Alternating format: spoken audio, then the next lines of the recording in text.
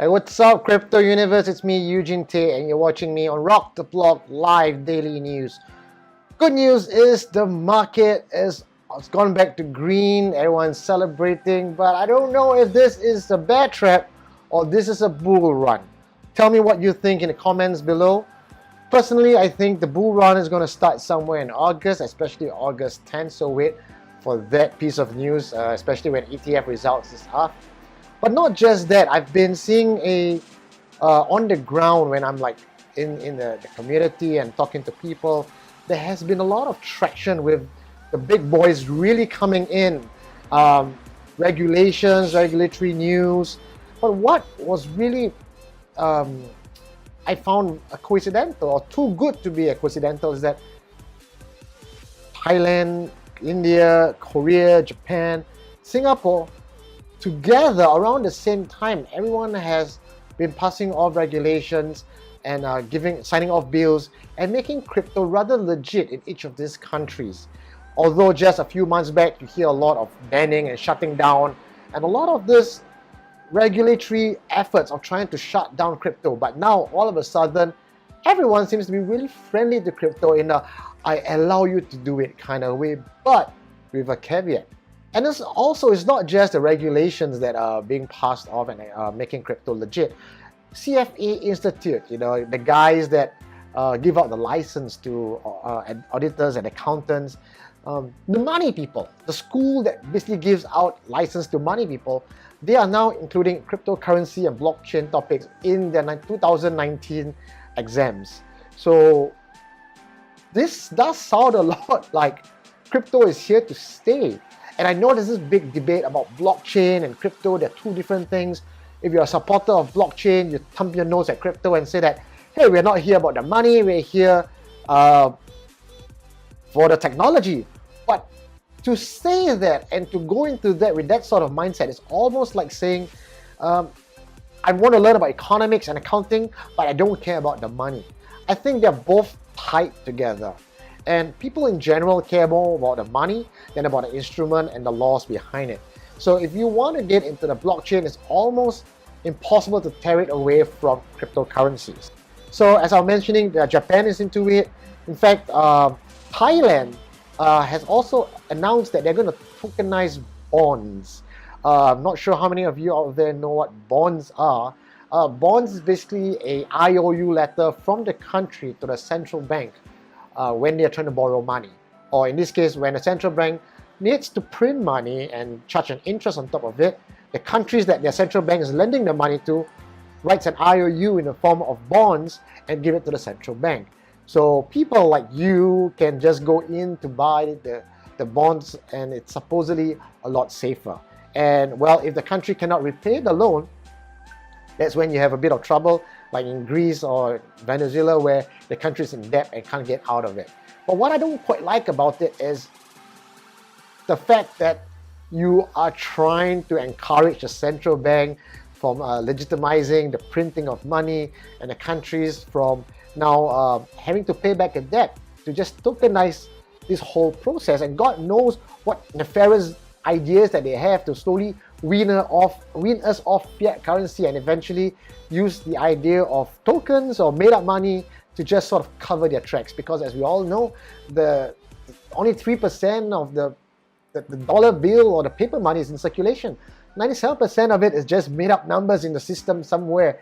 So having Thailand to tokenize the bonds and issuing bond coins, kind of iffy about it. And also you might have noticed that, as I mentioned, Bitcoin is going up, it's green. The question that you might have is, why is this here to stay? So I mentioned a lot of ETF, but I did not go in depth into it because I'm going to cover that in future, in time to come before the 10th of August. But what you guys may not know is, and it's not reported in the papers, is that the government bodies have formed what they call a sandbox environment for businesses to come in, blockchain businesses to come in and to function under scrutiny of the government. So exchanges like Pulsar, for example, they're coming out, they're doing a beta launch on the 27th next week. They are supported by MES and working together with Bytrax. Banks are in it to help them, like Maybank or DBS, to sort of to provide an opportunity for the mainstream audience, the guys, you guys who are not in crypto right now, to use your fiat to come in. This was something that happened in 2017. We were all doing that. Boys like Coin Hardcore, big boys in Singapore, and then all of a sudden DBS said we're no longer going to support that, and then no one can come in with any more fiat, and it's very difficult. And if you go OTC trades, deals, it's just messy. And so now that this has opened up, what we can see really is new money coming in. And when new money comes in, you might see a rehash of 2017 again, the start of the year where the market just flew off. But maybe now without the ICO craze, the momentum might be different. So what do I expect to happen in time to come is that the main blue chips of cryptocurrency, like your Bitcoin, Bitcash, Litecoin, XRP, God forbid, will all be the first to run, because mainstream audience would ask questions like which one should I invest in first, and these names would generally pop up. So eventually you'll trickle down, and the rest of altcoins will benefit as well. But yeah, so on conspiracy theory level, it's just kind of amazing that all these Asian countries were at the same time allowing crypto unmolested. So and coupling with that, with the upcoming launches and results for ETF, I kind of feel that's a time where the bull run will happen. So again, it's not an investment advice, but if you want to hold me accountable and let's see whether I'm true to that, well, let's wait and see for the 10th of August. But also, that being said, last year this time when the August fog was happening, when Bitcoin was going to Bitcash, I called it as well, and I said Bitcoin is just going to boom. True enough, it did, but it boomed 2 weeks before 1st of August, and most of us, while we're waiting for the price to dip even further, have lost the momentum. So if you are kind of flooding over the price of Bitcoin and you think it's 7,004, it's going to go higher, well, don't wait. Don't wait. Just get in at a price that you're comfortable with and just hodl. Okay.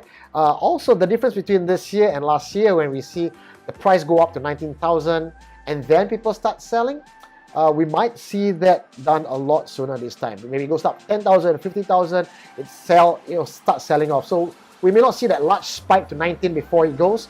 So try to get out when you can. I'm not telling you to crash the market, but be wise in the way you invest.